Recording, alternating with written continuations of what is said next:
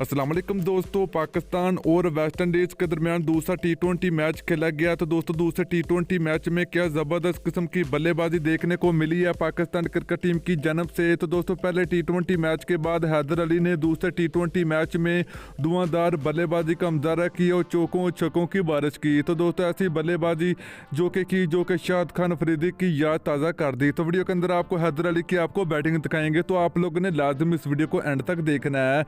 तो दोस्तों उससे पहले अगर आपने अभी तक इस वीडियो को लाइक किया तो वीडियो को लाइक करें, चैनल को सब्सक्राइब करें, बेल आइकन जरूर इनेबल करें ताकि आप लोगों को मजीद क्रिकेट की वीडियो मिलती रहेगी।